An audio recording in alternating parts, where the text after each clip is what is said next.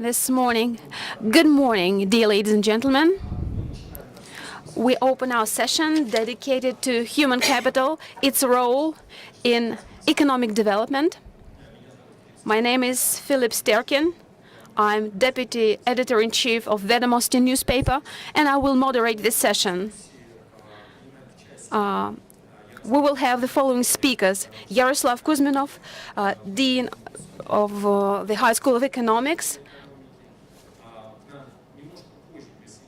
Jan Gimpelson, Director of the Center of Labor Studies and of High School of Economics; Ian Kolbert, CEO of Deloitte CIS; Ian Yashenko, Director of the Center of Excellence, member of the Presidential Council for Science and Education; Mikhail Kotukov, Director of the Federal Agency for Scientific Organization; Vitaly Melyanovsky, Director for Center of Health Care Assessment;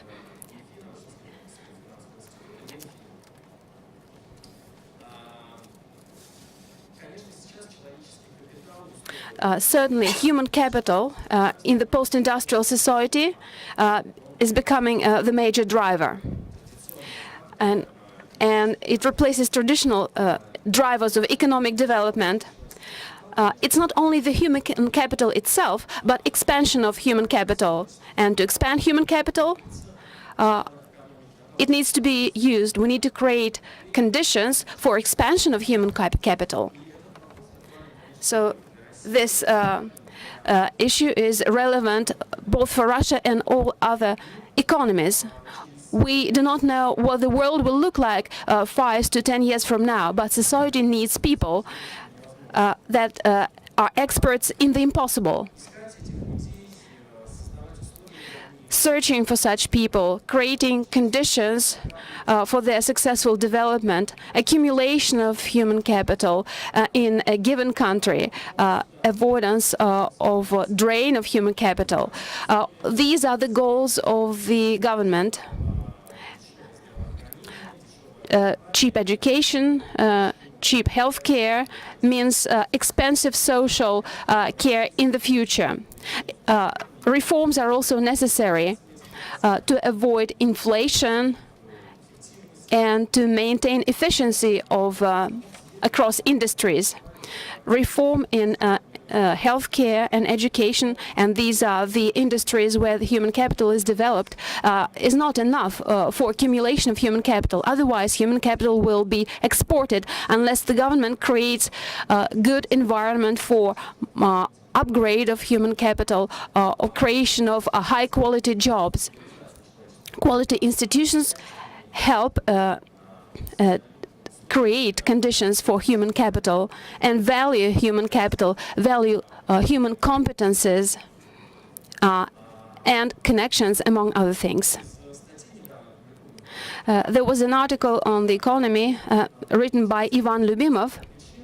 There the author mentioned several reasons that were obvious, but at the same time very conspicuous. But what prevents expansion of human capital?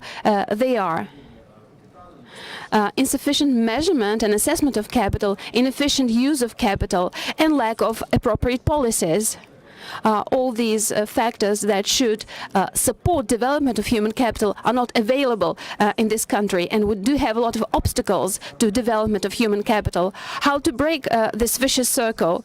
How to keep Russia in the avant-garde of development of human capital and not be lagging behind other countries. So these are the topics for our panel discussion. We will discuss demographics, reforms, financial resources available for development of human capital. We will start our discussion from the outlook into the future. We will discuss how the labor market may change in the future, and what will relationships between the employee and employer will look like. I'm giving the floor to Ian. He will give the vision of Deloitte on that. And he will start with a video.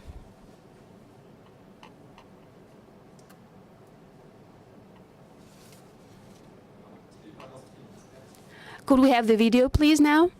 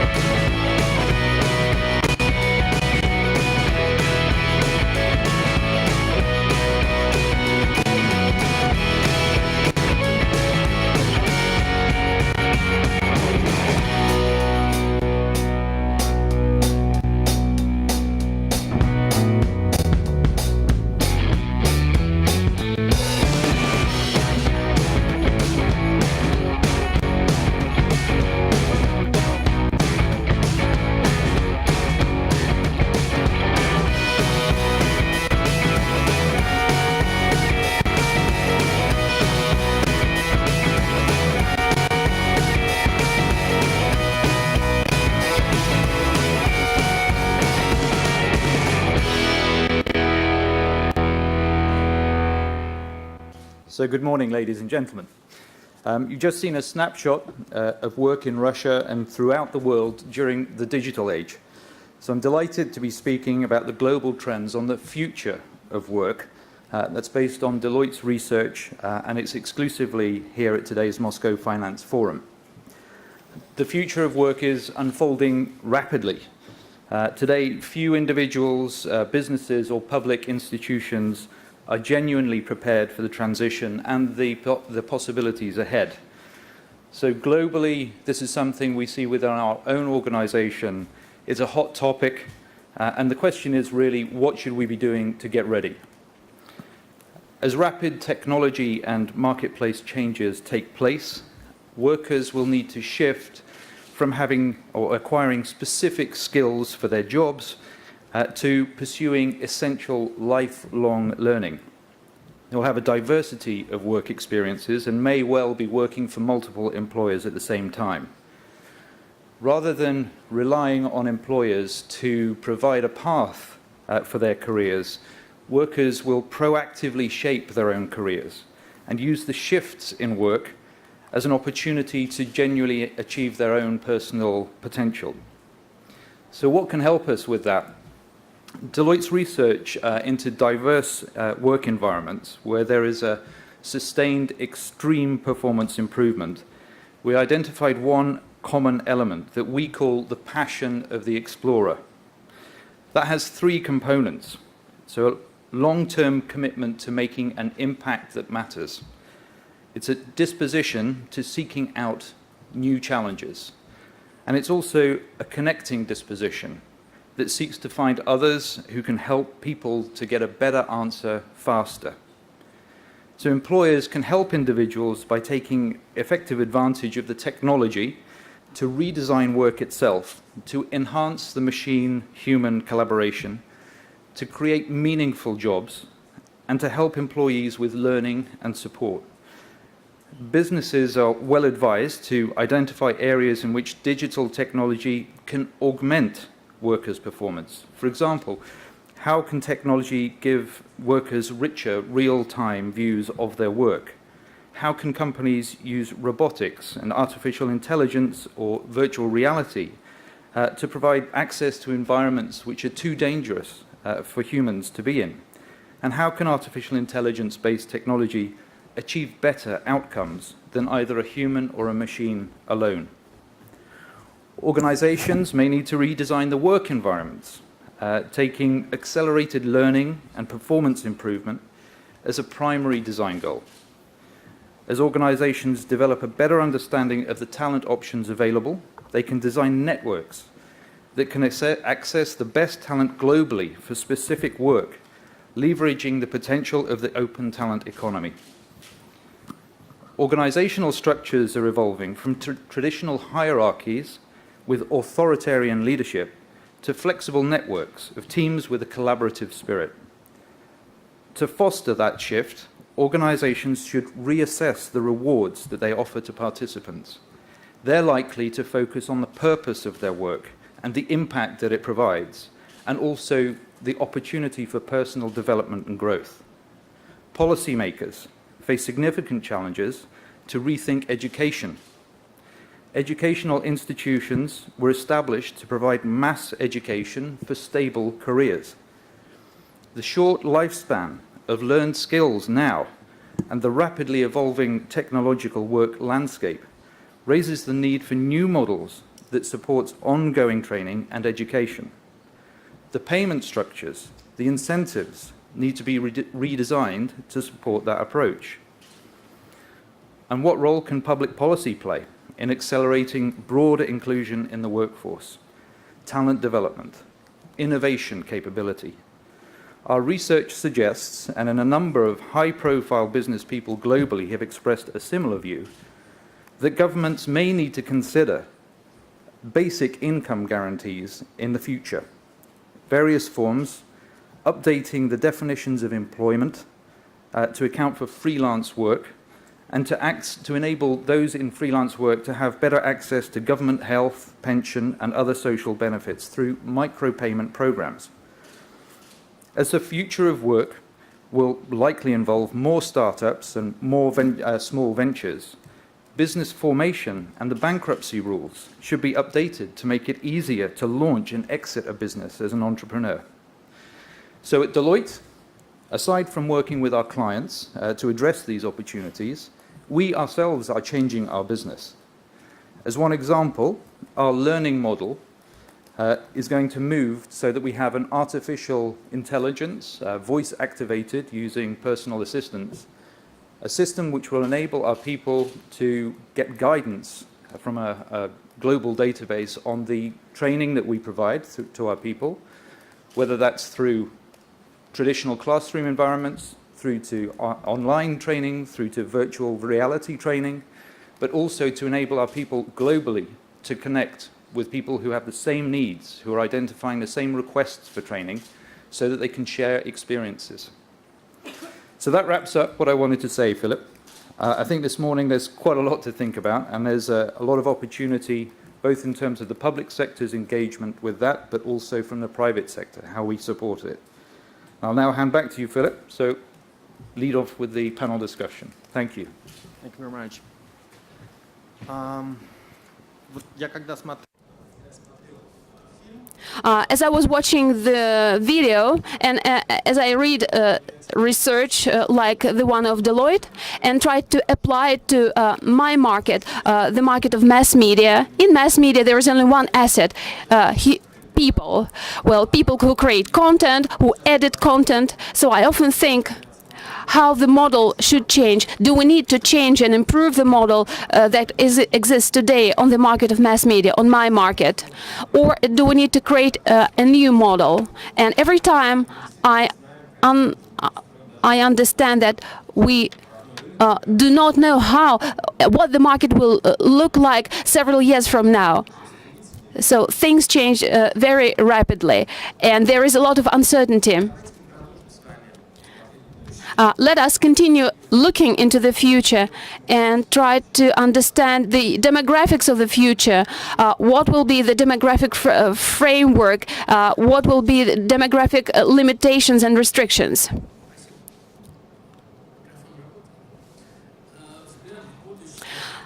Outlook into the future. Well, we certainly want to take an optimistic outlook. In the future, we hope we will have expanded human capital, which will be in line with the future environment. This is certainly determined by the demographics. If we look at those back in those 15 years, so from the year 2000 to the year 2015, we will see that the Russian economy has received a double dividend. We have a wider workforce, younger and better educated. According to the World Bank, 1/3 of the GDP growth was due to the demographic factor. The coming 15 years will not be as optimistic. We will face a number of challenges, and it's not quite clear how to address them. We're certain about those challenges because the demographic factor is predetermined. Those who will come to the labor market in the 2030 are already in school. If in the previous 15 years the number of employed people has been growing and employment has become younger, employees have been getting younger, there will be a reverse process in the coming 15 years. And if we translate the statistics of the Russian Statistics Institute, we will see that the supply of employees will be down to 8%. This will brings us back to the year 2004. But this is not as bad. We will handle this. What's worse is that the structure may change. The age structure of the labor force will change. If in the previous period we had more young people in the labor force, by the 2030 the share of employed people up to 40 years old will shrink by 25% versus 2015. This will certainly be a strong shock to the economy, and it's not clear enough how to address this problem. So compared to 2015, we will lose 8.5 million people. The most active workforce in the most productive age. This is a very significant challenge. We need, we'll see an increasing employment of people above 40, but still this generation gap will be quite distinct. There comes a question: may we increase the employment, the number of employed? With the younger people, it's a problematic situation, but in general, we can do that, and pension reform is one of the solutions. However, the estimations show that if we add 5% percentage points or 10 percentage points and even 15 percentage points to the employment of the elderly, it provides for smaller numbers of employed. This is because of the professional split. There are professions where younger people prevail. Some other professions require more elderly people employed, and because of this situation, in some professions there will be a problem of finding people, and retraining might become quite an essential thing. Of course, salaries and other related issues may be meaningful, but even today, our split, we see a lot of we see that younger people are now employed a lot more, and that leads to rather negative consequences. What about education?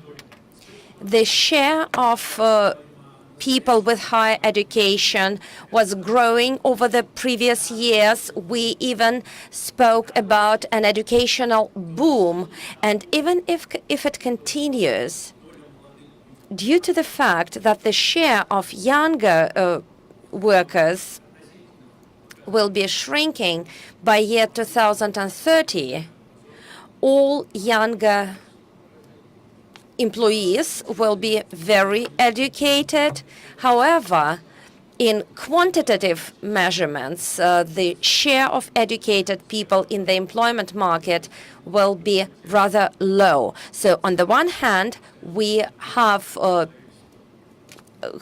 very good educational level, but on the other hand, the layer of those educated will shrink, and there is no one single solution.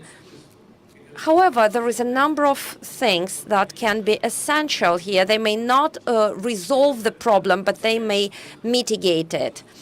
One is to move to extend the employment period of active employment. This may be done by re-employment, decreased discrimination for the elderly in terms of employment, and retraining and healthcare, of course. Another major block is how we fill the gap that we have in generation. Migration, though complicated, may be a solution here. And even with the current forecast that we have from the Russian Statistics Agency, these include migration a lot, and of course renewal of human capital, retraining of people over their whole productive life. Some professions have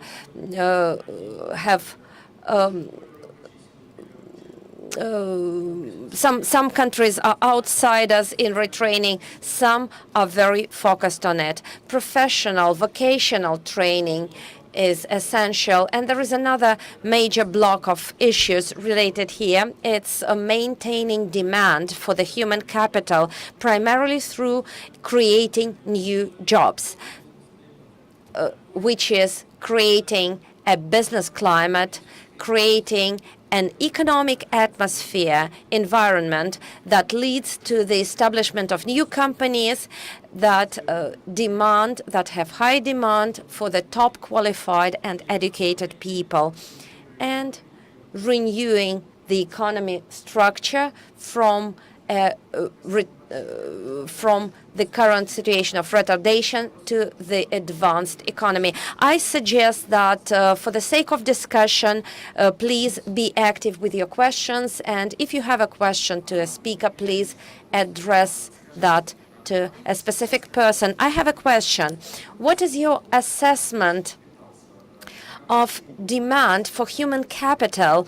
What motivates the employer to invest in employees when it comes to people that do routine work? Businesses complain about the shortage of qualified human capital. I should say that we do have shortage of qualified human capital, but I'm not sure that we create good environment for that, nor we do that for the currently employed people. I feel that we are rather weak in this area. So what is your current assessment of how do you estimate the demand in the economy at present stage? This is a big question, and it may take a long time to answer that. But just a few examples. Creation of new jobs. It does not mean that the employment rate increases. It is rather creation of something new, but as liquidation, elimination of specific jobs is a simultaneous process. If modern sectors, intellectually consuming sectors, they create new jobs, they have demand, and we may look into the indicators published by Rosstat. Still, this rate of new jobs development is rather low. Another thing here is how good is the involvement of the Russian companies in the retraining of their current employees. The share of workers that get retraining is 15%. The major part of them are public workers, teachers, doctors. They have to get some retraining because of the law, because of the specificity of their profession. If we take private sector only, we see a very low share of retraining, and that does not match the rates that we see in Germany, in Scandinavian countries at all. Far from that. But that also means that there is no demand for that, because if the demand was there, the companies would invest in it. And one more thing that I would like to note, when we say that it is difficult to find qualified work staff, we rarely specify what is the problem. Is it a problem to find an engineer who can understand how a specific device is assembled, or what? But in addition to professional knowledges and skills. There should be social knowledges and skills as well. These should be available, like responsibility, social ability, ability to cooperate with people. So whenever we say that we have shortage of qualified staff, on the one hand, we speak about the shortage of professional skills. On the other hand, this is definite lack of social skills. And we do have shortage of non-cognitive and social qualities. And plentiful technical skills will not compensate for that. You may find a good technical guy, but this person is not able to be part of the team. Person cannot cooperate, and that makes a certain shift in pattern distribution. Yes, indeed, the demand for knowledge grows, but economy is interaction between people. I do not know how difficult it is to find a good engineer, but finding a good journalist who can understand what budget and budgeting is about is rather a challenge today. So we looked into demographic frames. But what are our financial budgeting frames that we face? The concept 2020 suggested that there should be a budget maneuvering, reduction of non-productive expenses, increasing at the same time other costs like like investment in healthcare and education. And Kudrin's strategy suggests the same even today. What is the position of the Ministry of Finance in this respect? How does Ministry of Finance take the need to invest in human capital? I should say that our policy over the past years has demonstrated this very approach. If we look into the structure of expenses, it was never less than 30%. Now it's beyond 37%. It may not be directly investing in human capital, but if we look into things that are directly associated, healthcare and education, this share grows. If we take the investment in education, that was 3.6% once.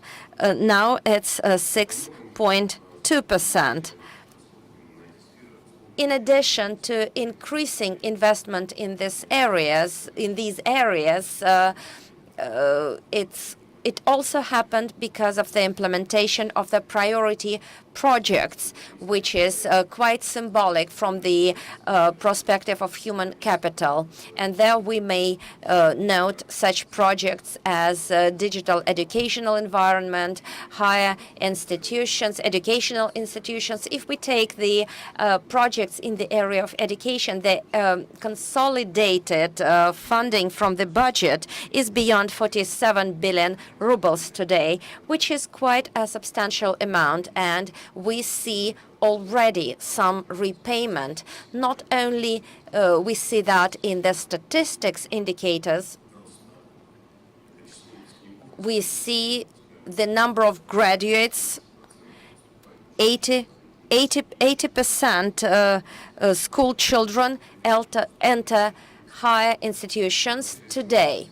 But if we take international practice of how to assess this area, we see that the international ratings of higher education like TAMS or QI rating, academic rating of universities, over the past 3-4 years, the representatives the representation of Russian higher institutions grows in these ratings. We see more and more of them, and that is the result of, for example, of the example of how we invest in 5 top 100.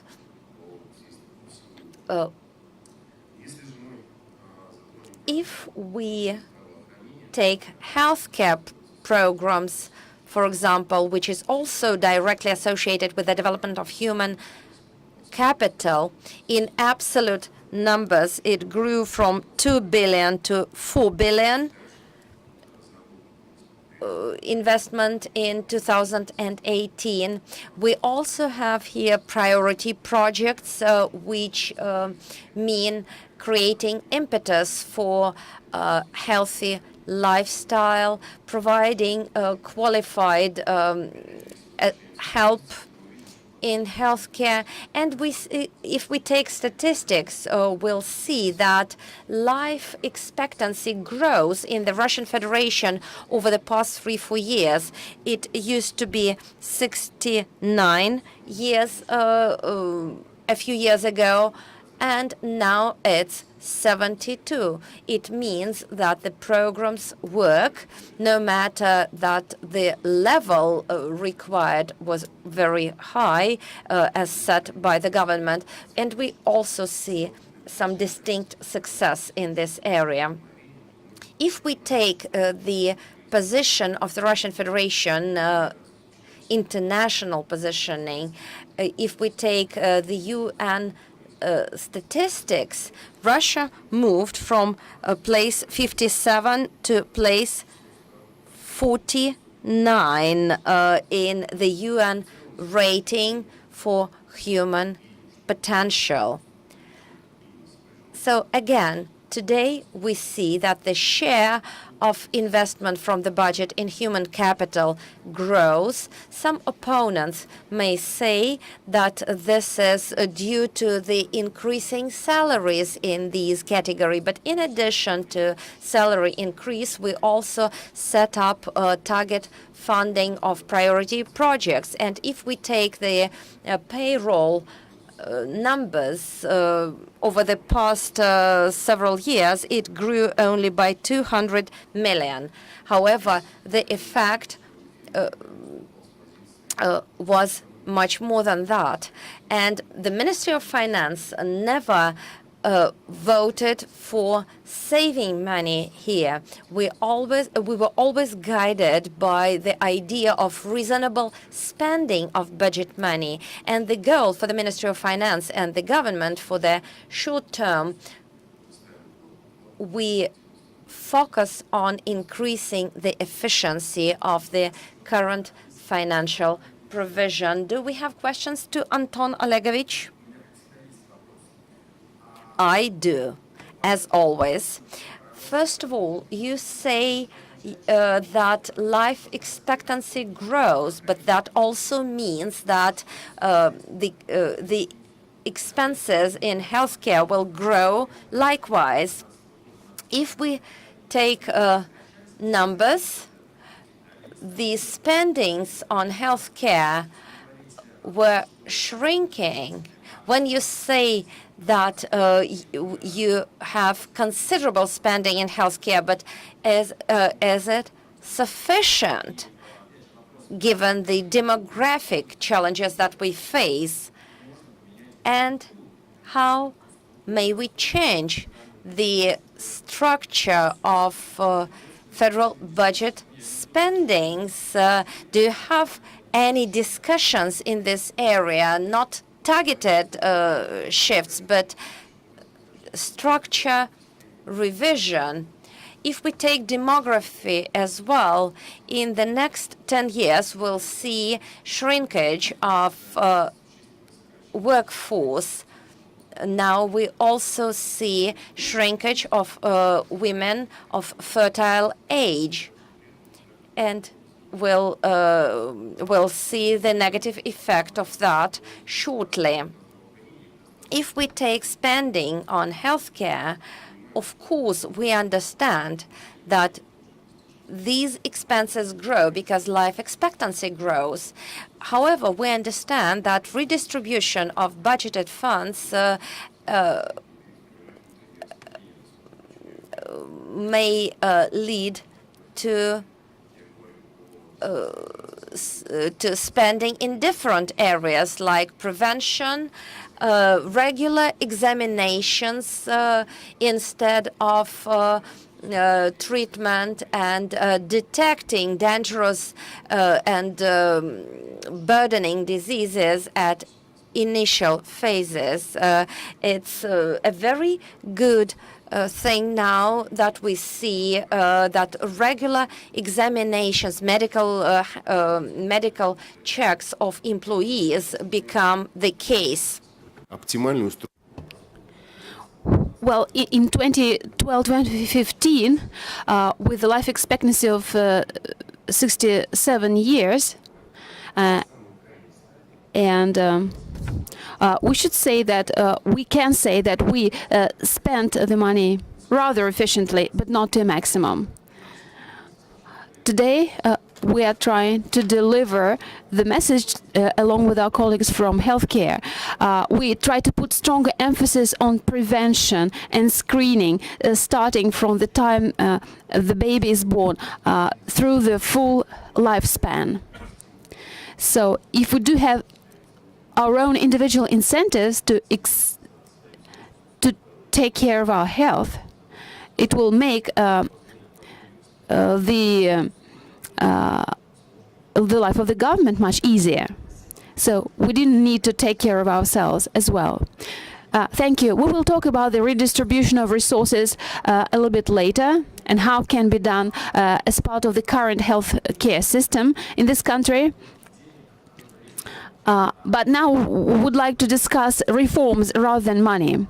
Well, I think everybody understands and agrees that reform in the education system is necessary. I mentioned the 2020 strategy, and one of its part was dedicated to the education reform. Yaroslav Ivanovich has been leading a group that worked on this strategy. Yaroslav Ivanovich, what can you say over the past 6 years? What changes have occurred in education, in the system of education in this country, and what is the future model of education to which all of us should strive?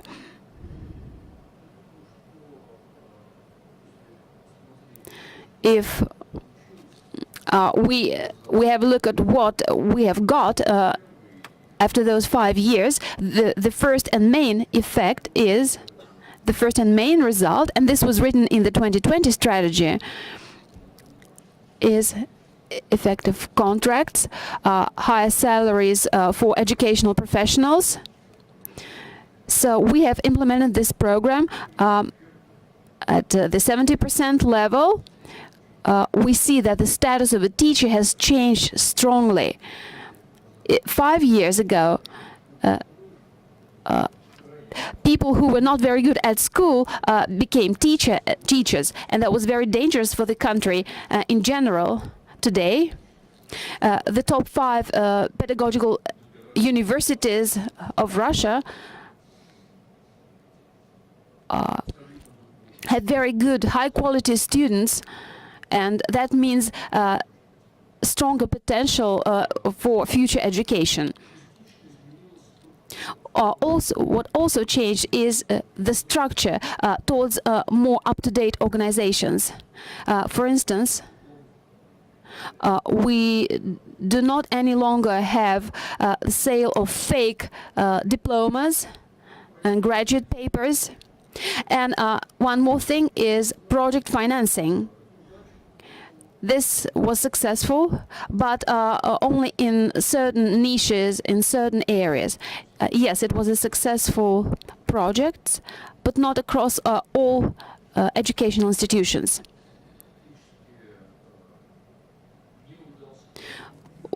We failed in the budget maneuver. We did the reverse of what was suggested by experts. Let me remind you that we discussed that it was necessary to add 1% of the GDP of public budget to education and 1% to healthcare and 1 to 2% into infrastructure, including transport infrastructure. This has not been done. This percentage has become even smaller at the expense of those areas that we suggested should get more public funding. Well, I don't want to dwell on that too long. Yes, we failed on a number of things. For example, it's not only about the 2020 strategy, it's about the presidential decree on applied bachelor's degrees. So what we see is that we see vocational training becoming a buffer towards higher university education. So what happens is that 70 to 80% of people who get vocational training after 9 years in high school, after this vocational training, they go straight to universities, to colleges, which was not the purpose. But all in all, what has been done in education is positive. The overall trend is positive. We were quite successful in a number of reforms. We were successful in suggesting certain educational standards for regional educational institutions, for rural areas, which creates a more competitive environment. And thanks to the Ministry of Finance, we were able to make a very difficult thing, that is, create standards that account not only for the professional definitions, but for the quality of educational institutions. So Russia was the first to do that successfully, and that gives us additional incentives. That gives additional incentives to universities to get higher ratings, both country ratings and global ratings. Well, the major challenges of the educational system, those challenges have been kind of updated compared to what we had back in 2011-2012. What are those challenges today? We do not have a sufficient labor force in this country. We lose a lot of human capital because the share of those so-called unsuccessful people, people who basically make a negative contribution to the GDP, so people who get more from the government than give to the country, is around 30%, the same as in Brazil and Mexico. But Brazil and Mexico, they do have enough or even excessive workforce. We, as a country, cannot afford it. We have a huge inflow of migrant workers, which actually creates additional issues for the country and for the economy in general. If we compare the share of those unsuccessful individuals in Russia and in European countries with which we want ourselves to be compared, in Europe, there are 6 to 10% of the so-called unsuccessful. Why? There are two major things, major tools that we need to create for ourselves. Number one is support of young parents, education and training of young parents, starting from the young age of their children, which is done in many European countries. That means 20 to 30 billion rubles of budget money. I would like to emphasize this budget money. Also, we need to invest into individualization of education in high school. Finland is very successful in minimizing the amount of unsuccessful people. They have around 5% of those, the best result in the world. So every second child in Finland in primary and secondary school, so every second child is given individual approach to education, which is a lot. That would add 0.7% of GDP if we do this. And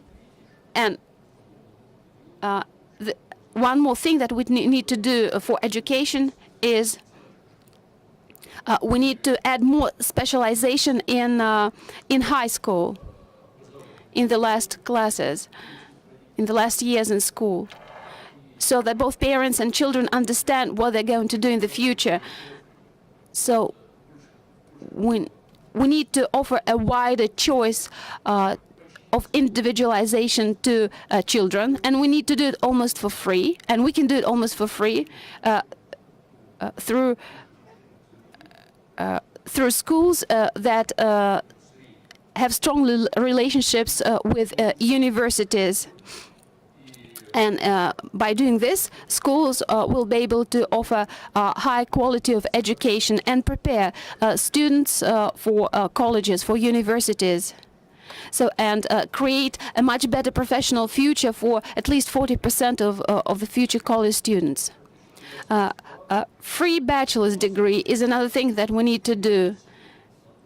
In most countries, parents want their children to get higher education. In our country, 80% of families want their children to have higher education. And at the same time,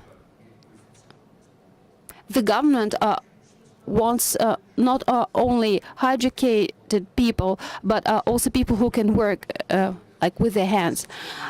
But we can offer various varieties of bachelor's degrees which combine higher education with vocational training required by the economy.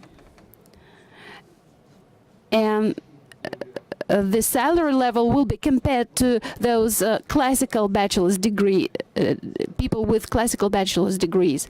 But I should say that I need to admit that we were not successful in doing this. 25% of the bachelor's graduates should have been with vocational training, which is not the case today. Another challenge is restructuring of the labor market due to the factors we mentioned earlier. We lose professions which constitute up to 10% of the labor market, and those professions may be gone soon. To avoid this, we need more flexible vocational training that will smoothly transition into additional training of grown-ups. We are an outsider country in terms of so-called additional education. We have an indicator of 15%. Only 15% of grown-ups get additional education. By grown-ups, I understand people of about 30 years old. In Sweden, 65% of grown-ups get additional education. In Germany, 42%. So it's a huge challenge for us.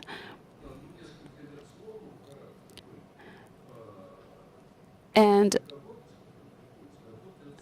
because the people of that age need extra incentives to want to have this additional training. That means we will have to invest more to provide and to support that additional training. And that will certainly require certain budget maneuvers. Well, thank you for your input. My daughter is in her 6th year at school, and my son is going to school this year. Let me give you some comfort about all that has been said. Yes, it's true that the status of a teacher and a doctor has improved. We have seen a qualitative leap forward in terms of the salary level. So in 2018, we will probably reach most of the goals set by the government in that area, and many people will feel and see this. As to the availability of services and standardization of services, it's true we were able to develop appropriate standards, and what we try to do is to make a public service more available to people. So people do have the right to require quality education and have this education available across the country. As to individualized learning in the early years at school, we do not even discuss this. This is true, I have to admit it. But in 2015, 2016, we implemented the so-called standard funding of universities, and we tried to define the cost of each profession to the government. By doing this, we are able to individualize the education in colleges and universities. So all this helps us create additional educational programs as part of the budget allocated to an individual student. Well, our first step, I hope we'll be able to take it, and this first step will help us transition to individual curriculums for college students. As to vocational training, we do not anticipate any significant reforms. We haven't had any reforms, but we work on the so-called World Skills Program, and that means creating curriculums that will be connected to modern technologies, and those curriculums will be deployed in companies and businesses. We have been doing this, and this has been bringing certain results. But what we would like to do is to improve the status of vocational training, of professional and technical skills that people need to develop. Yaroslav Ivanovich, would you like to respond to this?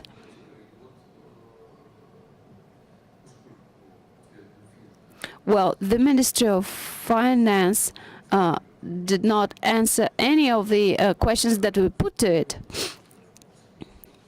I think I need to assume the function of the Ministry of Finance and suggest certain answers that, in my opinion, could and should be suggested or offered. Number one is the so-called budget maneuver. I don't think we can make this maneuver as early as 2020, because financial stability of the government budget is the number one priority. So we will focus on this stability. But between 2020 and 2024, we will have to make this maneuver and increase the funding of educational and healthcare. Vocational training in Russia is funded twice as little as in other countries in terms of GDP percentages. 1.2 of GDP in most countries, 1.1, 1.2%. In this country, 0.6, 0.7% of the GDP is invested in vocational training, which is absolutely unacceptable. So we need to put more money in vocational training. Number two, we need to raise additional resources. In the coming 10 years, we need to raise 0.7 or up to 1% of GDP to the general educational system.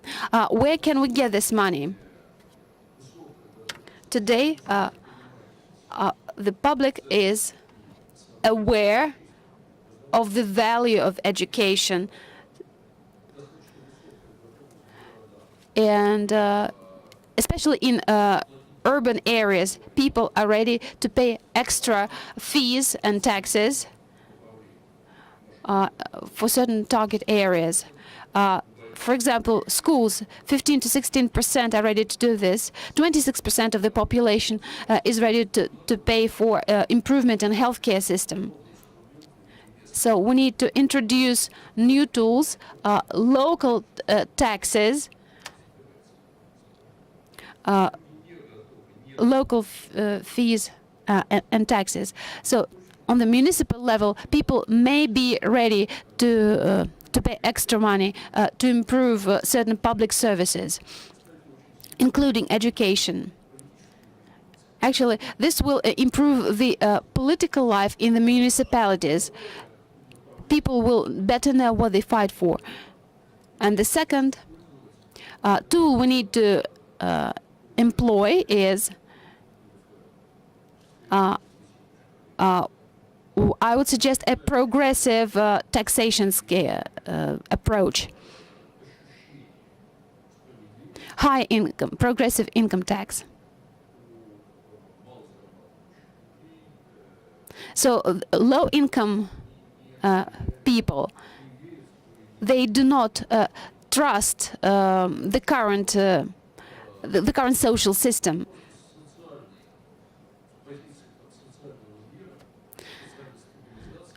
So from the social stability point of view, the progressive taxation scale will be fair with respect to low income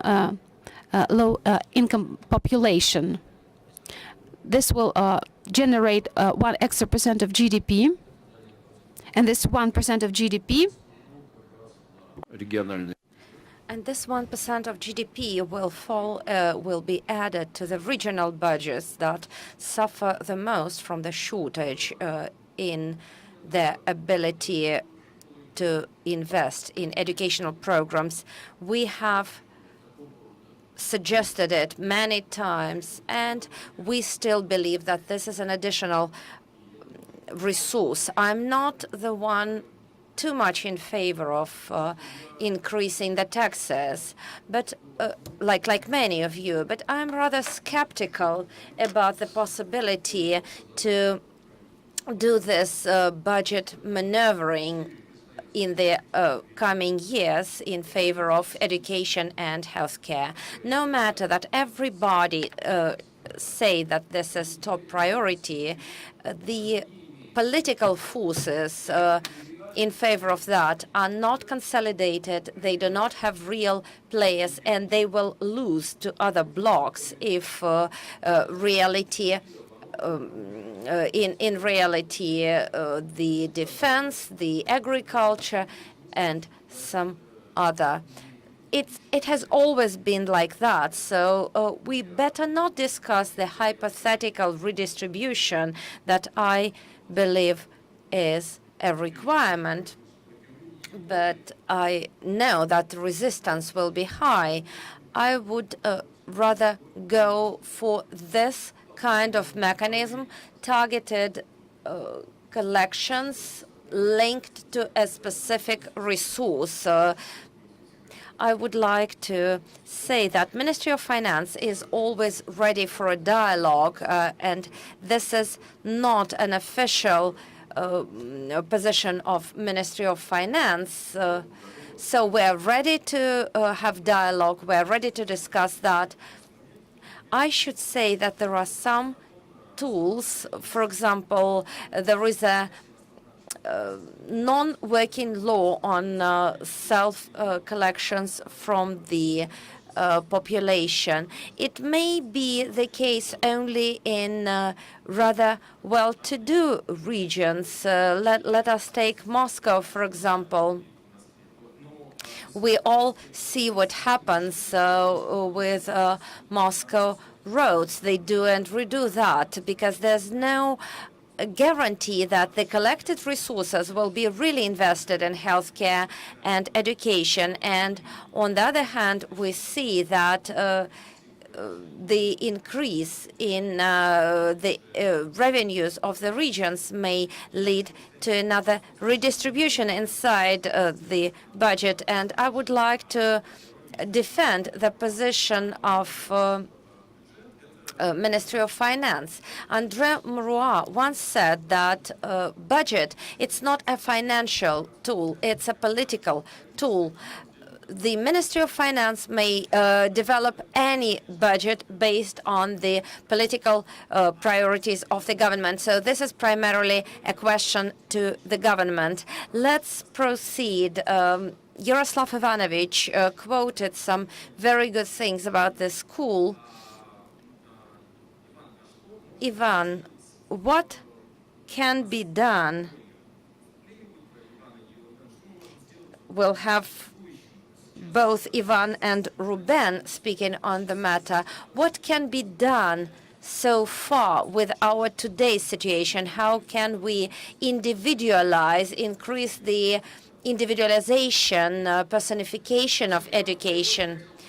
Well, thank you.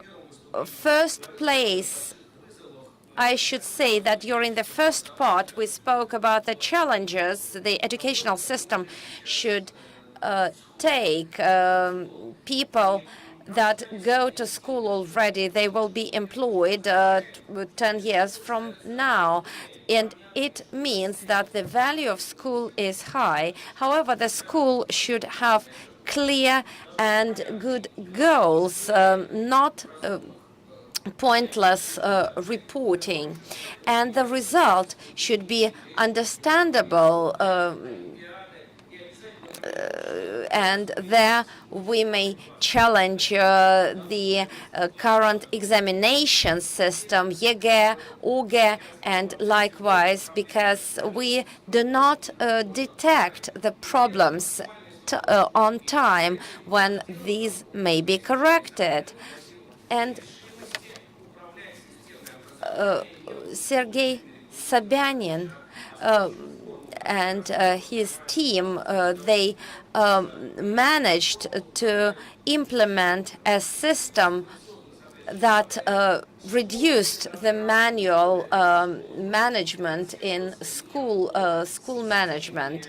The schools are no longer funded because of the persistence of its director. The basic funding of the schools is equal now, and the rest comes from the result achieved by the school. And the salary of the director is now linked to the lower level of salaries across all school payroll. And there are clear-cut parameters to assess the school performance, and the result is visible now. They started implementing the system in 2014, and now we have a very good shift in the school performance. We see that by the increasing number of the winning contests for school children, we have more and more champions year to year. We need geniuses on a mass basis, not just a short list of talented people educated by specific schools. We need it as a mass event. So when the schools got those clear indicators, formula, that served as an impetus for the development of the schools, where the faculty really took it seriously. I would like to add to what was said before, why it is important to note the result of Moscow reform.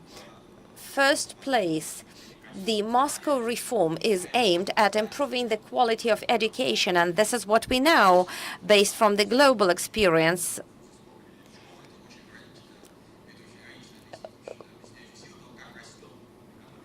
We know how the economy of school, what is the value of it in the economy, and how can these facts be interpreted. The investment in schools, if it goes beyond a certain amount, will not increase the overall quality.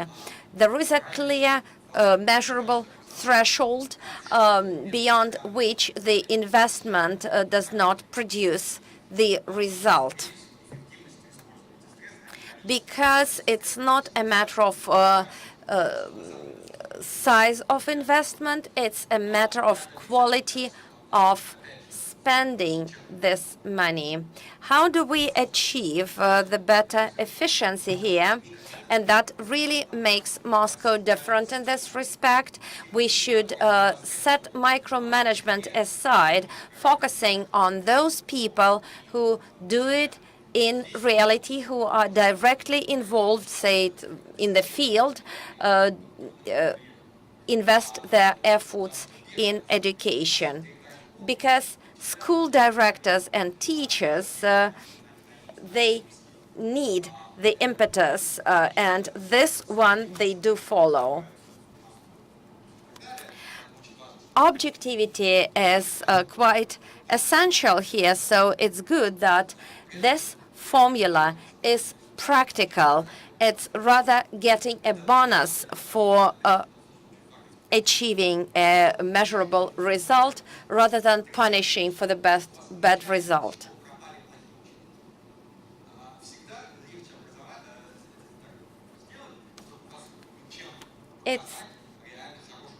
It's always easier to demonstrate, though this demonstration will be fake, that bad pupils disappear instead of demonstrating that you really have a good share of good ones. So one must understand the approach very well. Implementing such an approach in Moscow is easier than across the whole of Russia, because Moscow, as compared to the rest of Russia, is rather homogeneous in terms of what are the children that come to school, first grade, and what they are aiming at. In the regions, the systems needed might be different. And secondly, one must understand that this approach is valid only for those areas that are measurable, like YEGA, single graduation exam, and likewise, in the areas that are less measurable, that are not quantifiable, it does not work. And one must take these limitations and constraints into account. May I ask you a question? You mentioned a very trivial thing: the saturation threshold beyond which the result will not improve. May you quote such a threshold for the educational system for Moscow, for example, whether that is achieved in Moscow for other regions? In the regions of Russia, if we take all regions of Russia, and across all of them, if we consider the link between the budget and the result, it's flat. At the level of schools, it's at the level of the 10th, 15th percentile. It becomes flat. It's by income. You know, you said a very dangerous thing. And an economist should not say such a thing. We have parameters for measuring the results, and these may be manipulated easily, like YEGE, the single state exam. We, however, have a situation when, with the current level of funding of schools, there are no individual approaches for the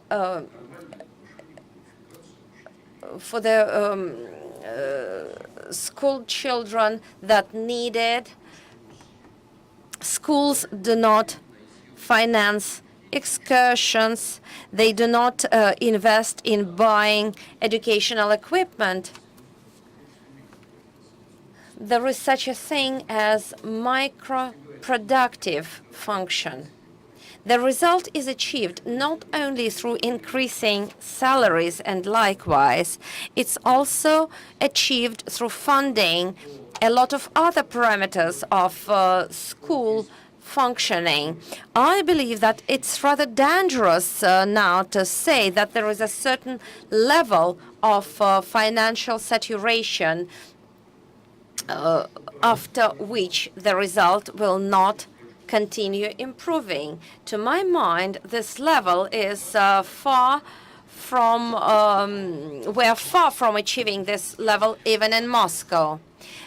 Based on what I said, it's not a finding. What you said, it's not a finding from what I've said. It's a matter of taking this carefully. And the experience of Moscow is essential here. With the same resources, if the stimuli are right for the schools, then you achieve a lot better result. When you speak about increasing the average salary, this may be done.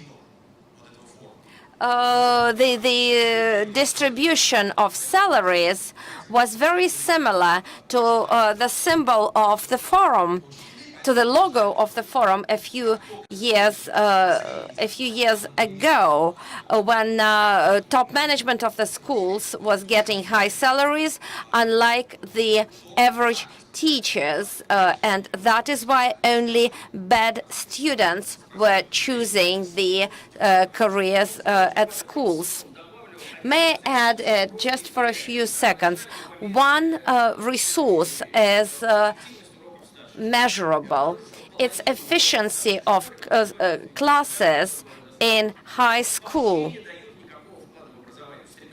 The children are not getting anything at these lessons. So without additional investment in individualization, we cannot achieve a real breakthrough in the result. Thank you. I'm very pleased that we have this bright and vivid discussion because for most of us, this is a quite emotional matter.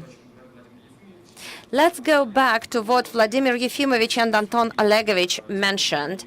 It's about the redistribution of resources in healthcare, how today we may increase how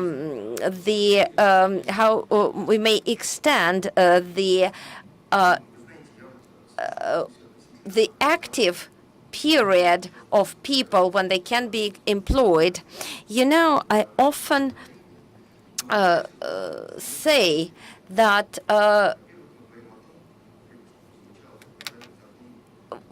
you mentioned this law of reduced repayment. It's very well described in the healthcare. After a certain level of investment, you may not expect a higher result anymore.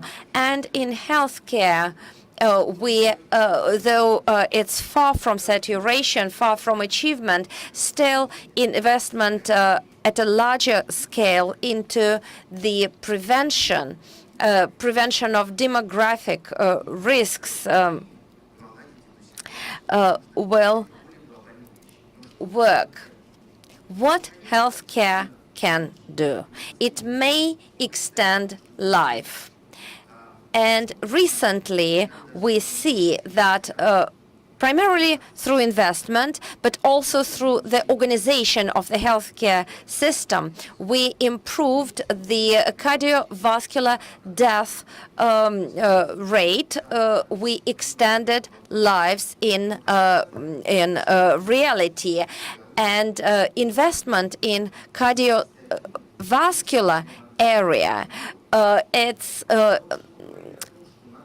a lot less than what we need to invest in oncology prevention, which may result in the same life extension. Today, everybody speaks about personified medicine. It's same as with schools, but that costs a lot more. The technologies will be available, but these costs enormous money. How to choose between technologies, how to go with those technologies that will have the greatest benefit. It's based on efficiency of programs and technologies in healthcare and how that works for the society in general. The first steps have already been done. So these are the technologies that are actively tested in healthcare, and they also expand into other areas of economy. So we do use this assessment approach in various industries, which is good. Let me also mention human resources. Healthcare is part of what we have in our society. If we anticipate that human resources will be shrinking in the future, there will be issues with healthcare as well. But today, I do not have issues with doctors. I have issues with clinic principals. So yes, we are talking about more investment in healthcare, but we need to understand what we're paying for. Let's improve the efficiency of healthcare, as the previous Minister of Healthcare said, Golikova. She said, let's assess the efficiency first and then make the investment. It's important to change the system today and improve its efficiency. Well, it doesn't happen all at once. We don't get high-quality human resources all at once. We do not get technologies all at once. Healthcare becomes more and more a fundamental science. There is a lot of mathematics, chemistry, biology, but doctors also need and lack social skills. So a doctor may be high qualified, but he doesn't know how to interact with people. He will not be effective. Yes, there are vertical sciences, chemistry, math, biology. There are horizontal sciences, economics, law, and many others. Social sciences. So healthcare is very much interdisciplinary. And our development, our future development, should be multidisciplinary. Yes, investment in healthcare is necessary. Improvement of efficiency is necessary. About 20 to 30% of money can be saved through higher efficiency. 2012, we improved the care of preborns. Yes, we did it, but we know how much it costs for the healthcare. Well, that means we work with preborns, and we need to allocate money to ensure they're healthy. Rehabilitation is truly expensive. So we cannot do one thing without analyzing the other, without analyzing how much it may cost. Back to technologies. What are those technologies? Nuclear technologies. We do have huge potential in nuclear technologies. We discuss cell technologies, but we understand the investment and the payback. And what is the payback? Payback in healthcare means how many quality lives we will be able to save. Investing just for political reasons is one thing. Another thing is that each managerial step should be supported with very meticulous and professional assessment. This is required in healthcare and everywhere where we have resource-consuming costs and expenditures. Thank you so much. And to wrap up our discussion, I should say that one of the barriers on the way to human capital accumulation is growing poverty. Growing poverty certainly affects individuals in healthcare and in education. Vladimir, what can you say about redistribution of social support and make support more individualized and targeted? Thank you, Philip. Support of low-income population is a matter of expanding human capital in Russia. 1/4 of children live in families which are below the level of poverty. That means, yes, they grow in very, very poor families, which is not right. At the same time, we spend 13% of GDP on social policy, but to eradicate poverty, to make sure we don't have people living in poverty, we need much less than 13% versus those amounts we spend in the social area. What's important here is being very targeted to individuals. My colleagues often say, yes, each recipient of social support has an address, so that means our support is addressed. This is not quite true. We have certain benefits, incentives. We subsidize the housing area, and the subsidies go both to poor people and well-to-do people. If we become more addressed and avoid subsidizing the tariffs, which we have been doing for 25 years in a row, yes, we will achieve in being individual in our support. Well, food products, we pay 10% of VAT on food. For instance, if we go to a restaurant, we just have good lunch at the expense of other people. We pay 18% of VAT, while those 18% of VAT may be redirected to poor people, so that they can go to special stores and buy food products. So all in all, what I'm trying to say is that we have enough money in the system.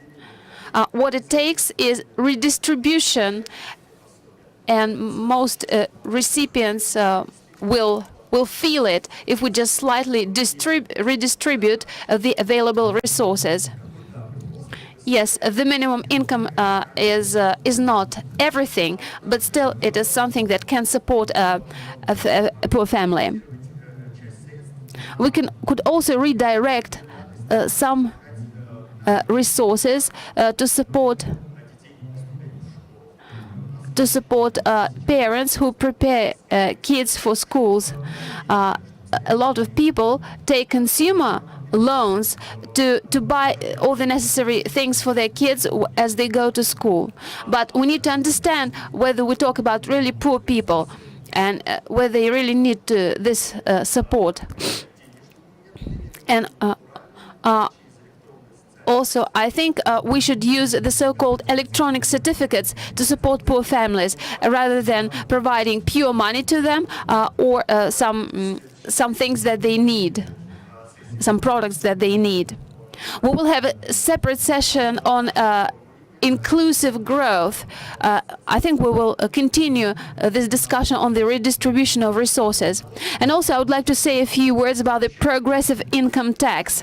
Well, I cannot keep silent because I'm outraged when I hear this discussion. Do you want to have this progressive income tax? I'm strongly against it.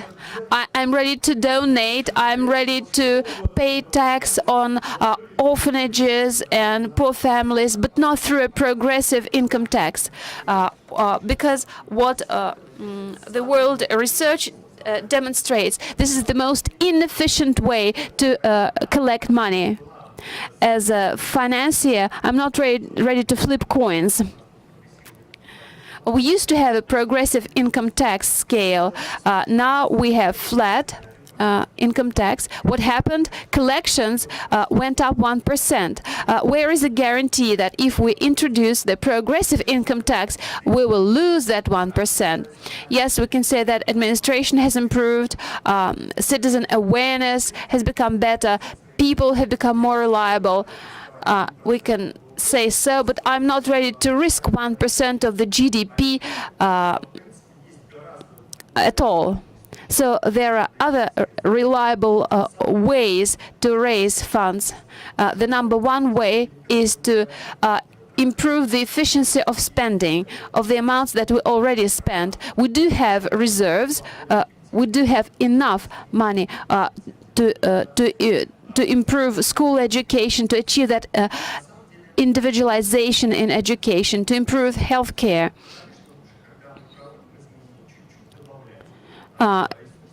Yes, it's always good to support changes with resources to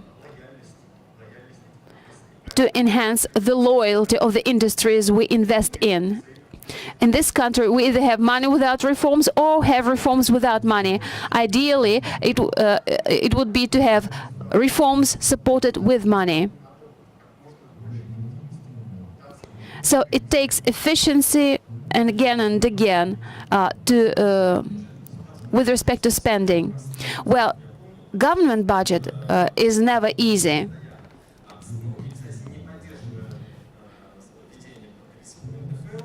Well, I'm not in favor of the progressive income tax. But in the past, when we had that progressive income tax scale, the taxation started with 12.5%, not 13%.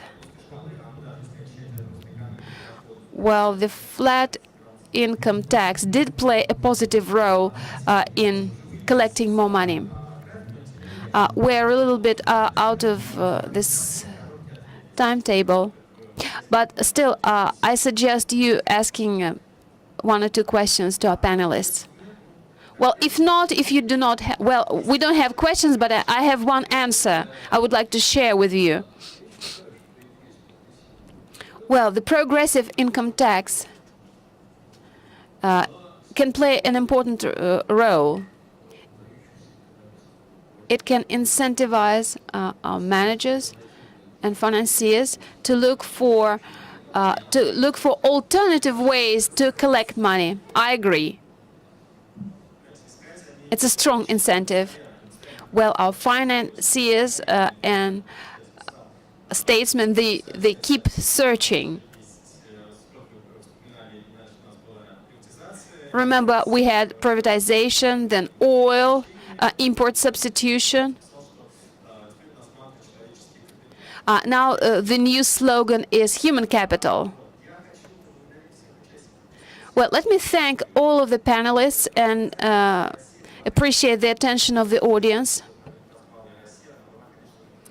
Russia used to be a huge exporter of human capital. Just enter any science lab in Europe and US, you will see Russian people there, people from the former Soviet Union. I had an impression that the government had difficulty managing people who had too much knowledge. But I believe that it's different. The more knowledgeable the people are, the better the society will develop. And let me also quote Mao, saying that the creative class will build their own philosophical ship and float away on it. Probably not float, but sink, because our creative class of people, they do not know how to do things with their hands. Well, let our people build their philosophical ship on their own rather than delegate it to the government. And also we have a small but nice part of the session. Yes, dear panelists,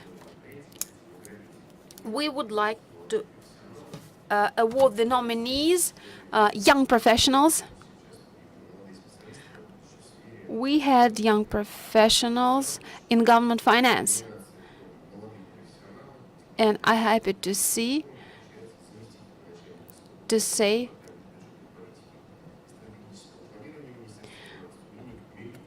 that we will award Melnikova Yulia with this young professional award. So she will receive this plaque and the forum souvenir.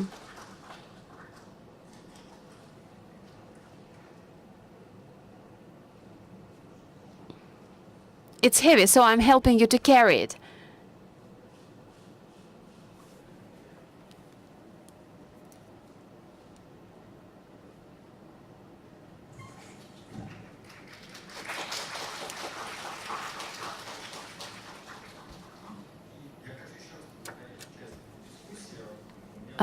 Let me thank our panelists once again. I think we've had a very good discussion, an interesting one.